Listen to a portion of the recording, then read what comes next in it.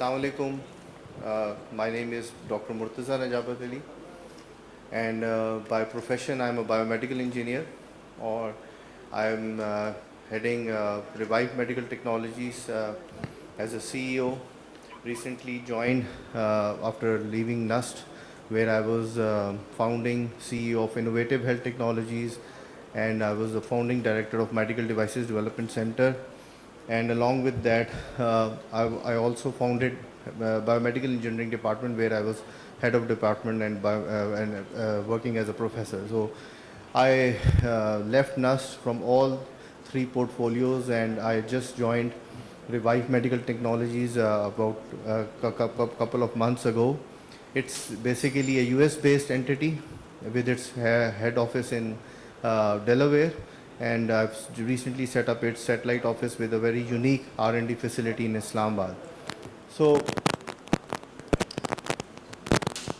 as I told you, I'm basically a biomedical engineer by profession, and I've been involved in both academia as well as in the industrial work for the last almost 2 decades in Pakistan, and filed numerous patents and published a lot. I developed various technologies and transferred those technologies to different industries in Pakistan as well as in Europe and other states.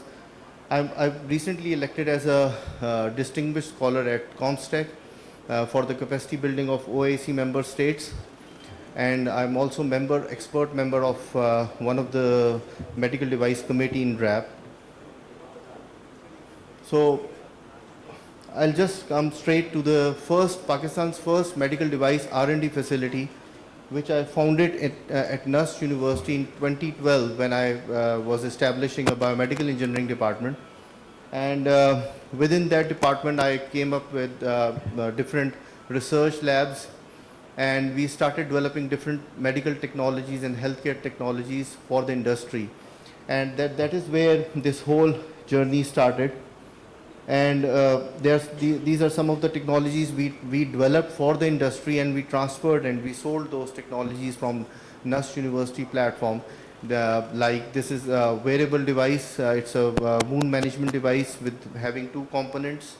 It was first of its kind in the world, that one component of the device was like, quantifying the wound health factor, and the second component would give you a programmed and sustained drug dosing. So it was a very flexible and wearable device, which we sold to one of the industry in Pakistan, Pharmatech in Karachi. And these were the areas in my prosthetics and implantology lab.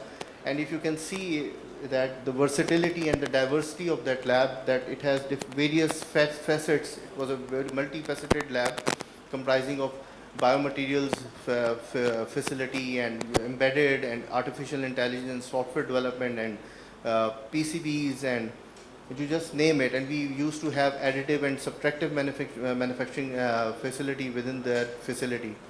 So that was actually the first initiative in Pakistan in terms of medical device innovation and R&D, which was set up in NUST. And along with that, this is another device. It was a fascia closure device, suturing device, which we developed for Shifa International Hospital because they sponsored that technology, and they are actually trying to set up its manufacturing unit in Pakistan. Same goes for another. This is a surgical industry in Sialkot. We developed this device for them, and there are several other examples here. So and we even developed some novel formulations for the pharmaceutical industry, like this is one of the example. We converted one of the conventional pain relief ointment into a rapid pain relief emulsion for one of the industries here.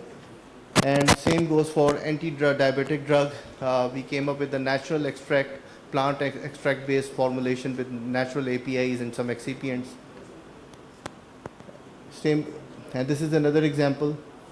And this is actually a stent, a very novel stent developed from the, we got funding from Ignite. It was a special stent integrated with a sensor. And in non-vascular applications like esophagus and tracheal stenting, the stent is very bulky, and the common complication associated with stent is migration and slippage. So we integrated a sensor with a very smart technology that the moment it starts migrating, it gives you signal outside to the physician, so that the physician can intervene right on time instead of addressing late complications with the patient.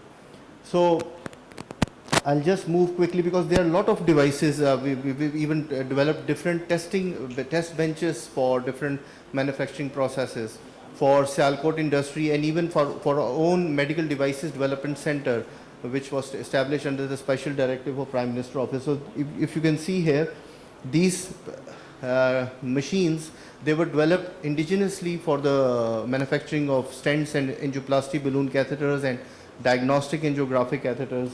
And then let me apprise you with the Pakistan's first production unit, which was established back in 2017 under the special directive of Prime Minister Office with the funding of Ministry of Science and Technology. So Medical Devices Development Center is basically a sequel to a pilot scale production plant which was established back in 2007 in NESCOM. I came back from UK and I set up a pilot scale plant in NESCOM. It was also sponsored by Ministry of Science and Technology, and we developed Pakistan's first cardiac stent facility, but it was pilot scale facility. It wasn't a commercial scale facility, and we were developing only non-medicated bare metal stent at that time. And when I was given a mandate from Prime Minister Office about a purpose-built medical devices development center during the scandal which was occurred in Punjab in 2016, I was called from the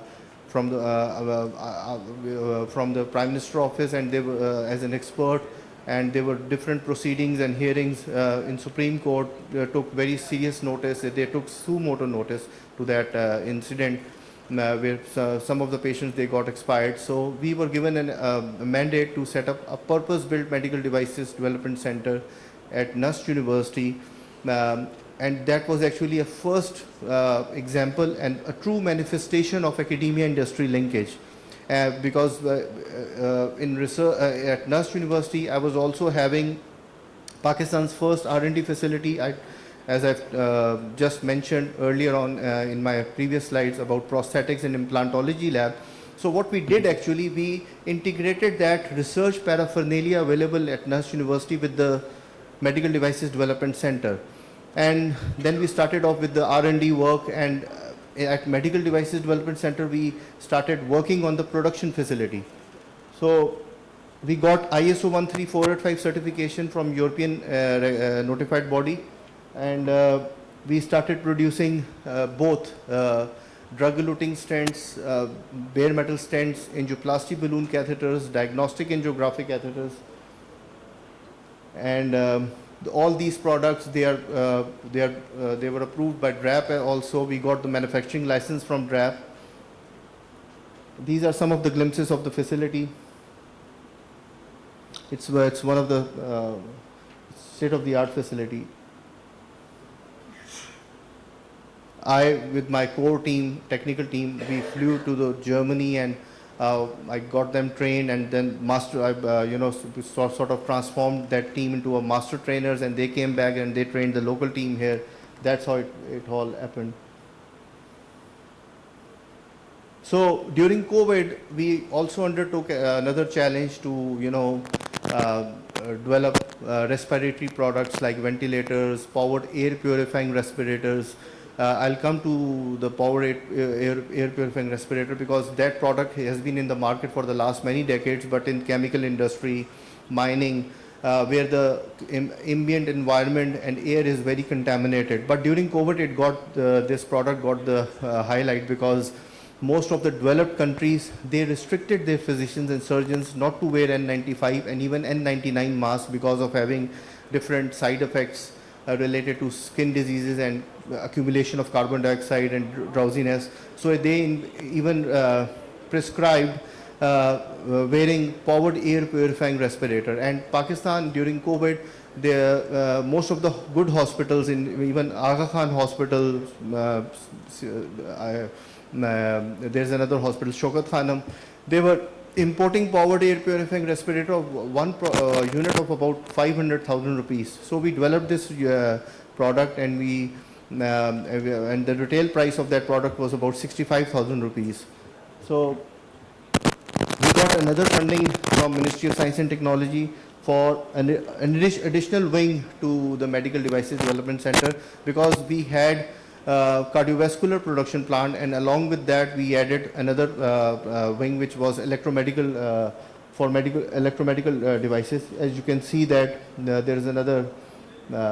So this is actually the powered air purifying respirator. Basically, you can wear it in your belt, and it has a battery backup of like 5 hours with a filter, and you can change that filter, you know, after a week or so, and it gives you positive pressure, and you can breathe, you know, from the ambient and air environment through that filter, and you can even change that filter. And you can use even carbon filter if you are actually working in that environment where you've got a lot of fumes. And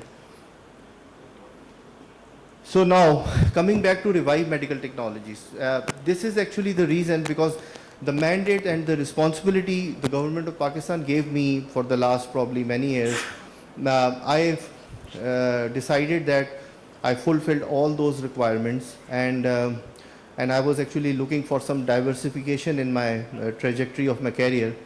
So I joined Revive Medical Technologies, and it is basically a one-stop shop concept, because, you know, medical devices, the innovation in medical devices, it always triggers from the physician mind.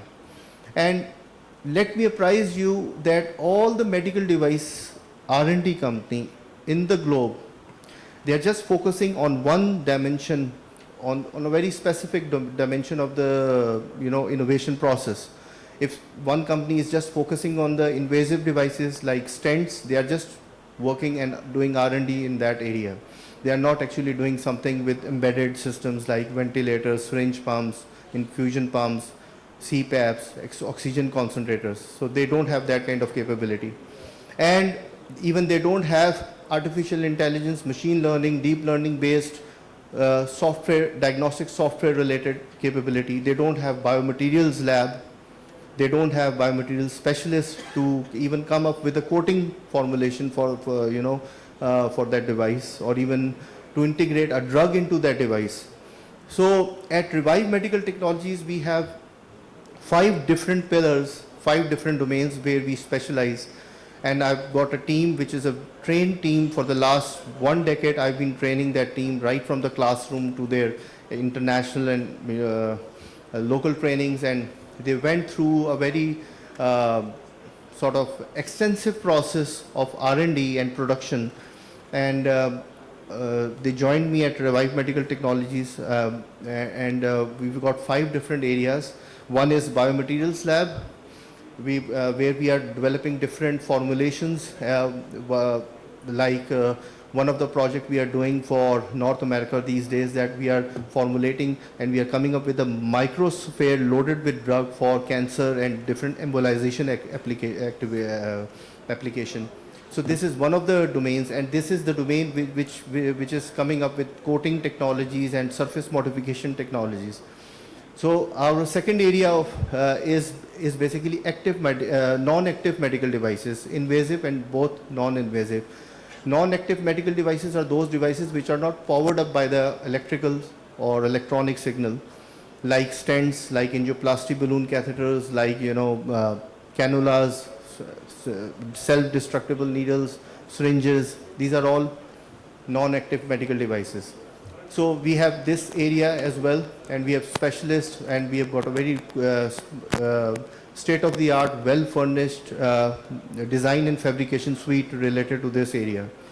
And third area is active medical devices, where we are developing different diagnostic devices, remote diagnostic devices, wearable devices for the world.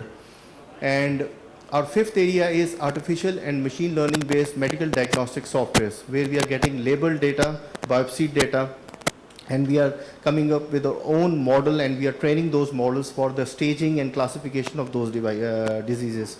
And that is also for European markets and US based market. And our fifth area is basically regulatory. We have a long history. I think we are the only entity in this continent, if I'm not wrong. We've been giving regulatory services to the world. We've got FDAC specialists, we have got DRAP specialists, and they've been giving regulatory services to the North American, South American, European, UK-based, Singaporean, Australian, New Zealand-based, GCC countries, MENASA-based medical device industries.